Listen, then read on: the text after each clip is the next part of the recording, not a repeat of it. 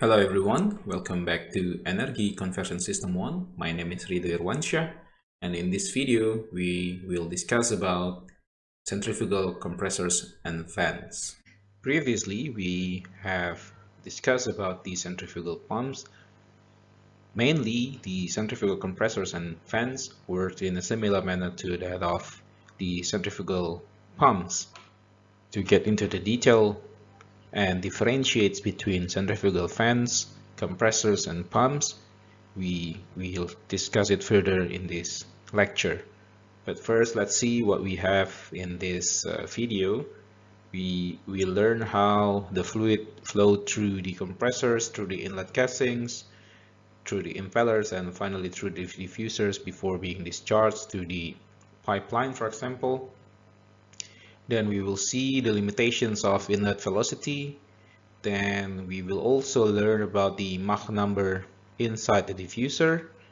And then we will see the characteristics of a common centrifugal compressors, such as surging, stall, choking, and we will see the characteristic curve of a common centrifugal compressors. Previously, we have learned about centrifugal pumps. In this chapter, we will focus on the centrifugal fans and compressors. The main difference is that pumps work with liquids, or we can call it incompressible fluids, whereas mainly for centrifugal pumps and centrifugal fans and compressors, we will work with air or gas or any other kind of gas that the properties we normally call as compressible fluid.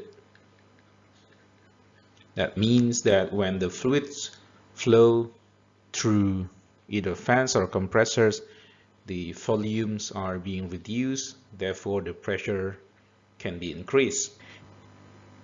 In a centrifugal compressors or fans, normally we discuss the increase of pressure and we call them as pressure ratio, which is the ratio between pressure at the inlet here and at the discharge of the compressors.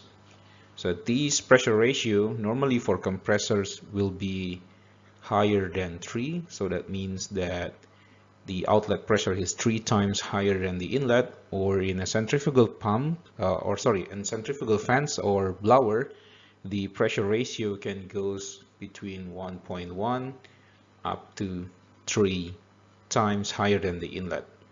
Now that we already know that these two types of machines increase pressure greatly compared to the centrifugal pumps, now let's see the definitions of compressors. I mean, we go back a little bit further. Literally, we can translate a compressor as a mechanical device that increases the pressure of a gas by reducing its volume. So means that when we get the pressure 3 times higher at the inlet, that means that we have less volumes of the gas coming out from the compressors or the fans. The difference between fans and compressors that the pressure ratio at the centrifugal compressors is mainly from moderate to high, whereas at the centrifugal fans they are from low to moderate pressure ratio. If we look at the centrifugal compressors, it shares some common features to that of centrifugal pumps. For example, the impeller. The impeller of a centrifugal compressor can also has the features of diffusers here, but sometimes they can be also without diffusers, just like that of the centrifugal pumps. And they have volute that causing the fluids to move radially. Therefore, all of these centrifugal machinery is also called as radial. It can be radial pumps, radial fans, or radial compressors. Another thing about centrifugal pumps and centrifugal fans and compressors, that the centrifugal compressors belongs to the types of dynamic compressors. So dynamic compressors also has other type of compressors, that is axial compressors. We will deal with this type of compressor later on another chapter. Normally, centrifugal compressors, we see here that This part is normally connected to a shaft, and it's connected to an electric motor that keeps the impeller rotates, where the rotations causing the air to move through the blades from the inlet, through the diffusers probably, and move through the casing or the volute, where the radial movement of air results in a pressure rise and the generations of kinetic energy. Now we can discuss the fluid's movements prior entering the compressors and when they pass through the impeller and at the end ultimately leave the blades at a higher pressure. But first, let's see that we have gas coming through the inlet, so they will flow inside the compressor axially at an absolute velocity of C1. We can also call them at the absolute velocity or axial velocity, and they will move from radius 1 at the hub of the impeller, moves through radius 2 at the tip of the impeller. As the fluids leaves the blades, they will leave the centrifugal compressors at the absolute velocity of C2. As the fluid leaves the compressors at the blade angle of beta prime 2, this is due to slip, so normally beta 2 itself will be 0. So if you remember, slips is the phenomenon that causing the outlet velocity triangle becomes different than the normal one. So we see here the red line here represents the velocity triangle without slip, and the solid black line here represent the velocity triangle with slip, where we can see here W2 is the relative velocity at the outlet, and it works at beta prime 2 as the blade angle at the outlet due to slip. If you look at the inlet, we have the relative velocity here, W1. We can obtain them by subtracting the U1 and C1, where U1 is the blade velocity at the inlet. In order to estimate the slip factor in a common centrifugal compressors, we can use the Stanitz equations, that slip factor is equal 1 minus 0.63 P per Z.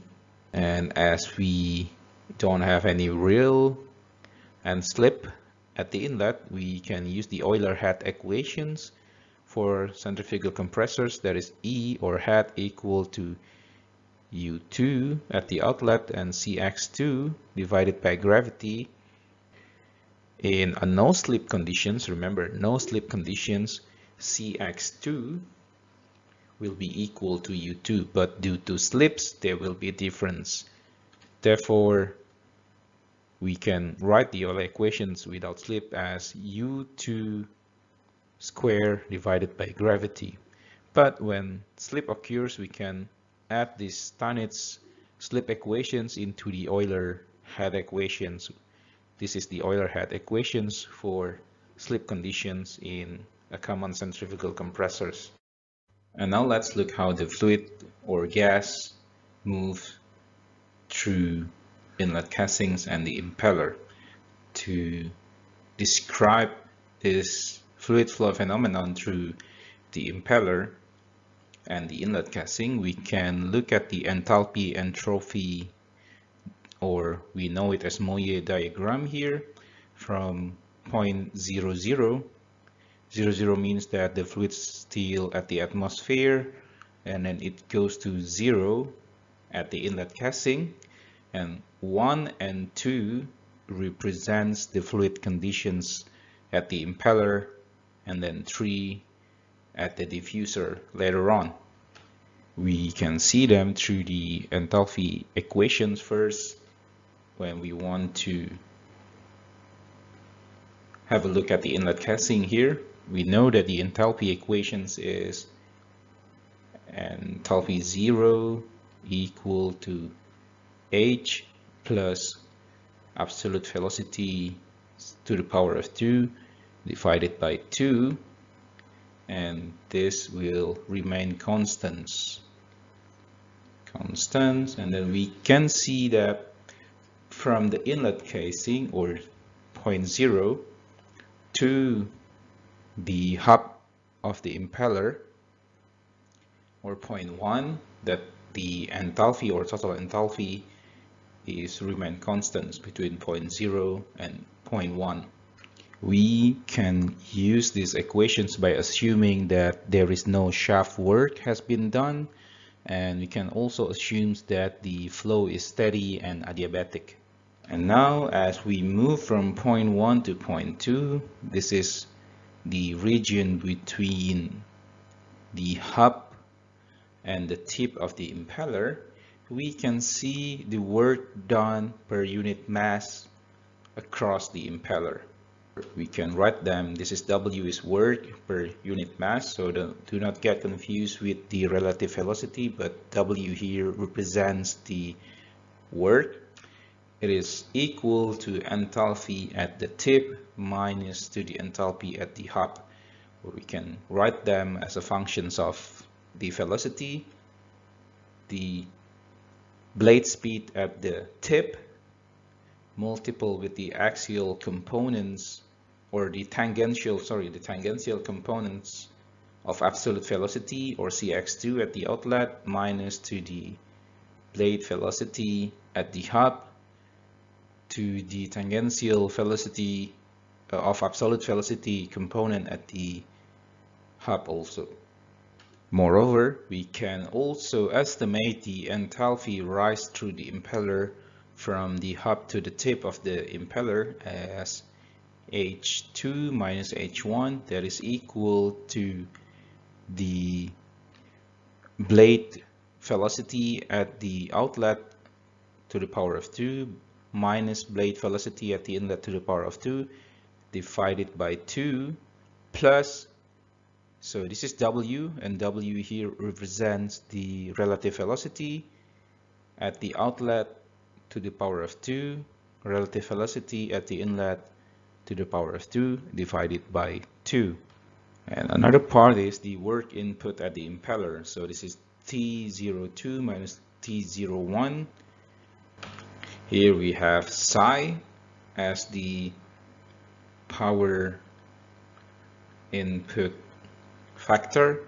The value of psi is normally lies between 0.35 up to 1.040.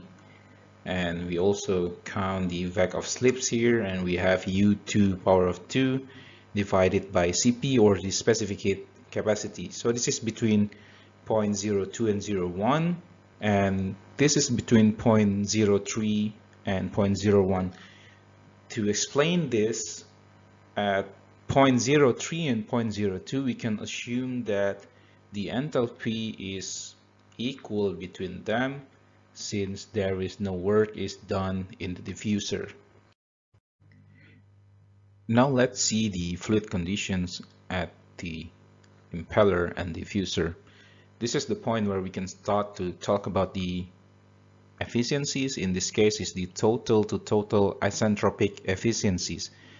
So as we already seen between the inlet casing and the impeller, now we move to this part of between impeller and the diffuser. The total to total isentropic efficiencies is actually a ratio between the total isentropic enthalpy rise between the inlet and the outlet. So total enthalpy here and minus to 0.01 to the ratio of actual, so 0.3, actual enthalpy rise between same total pressure limits, so between this point and this point.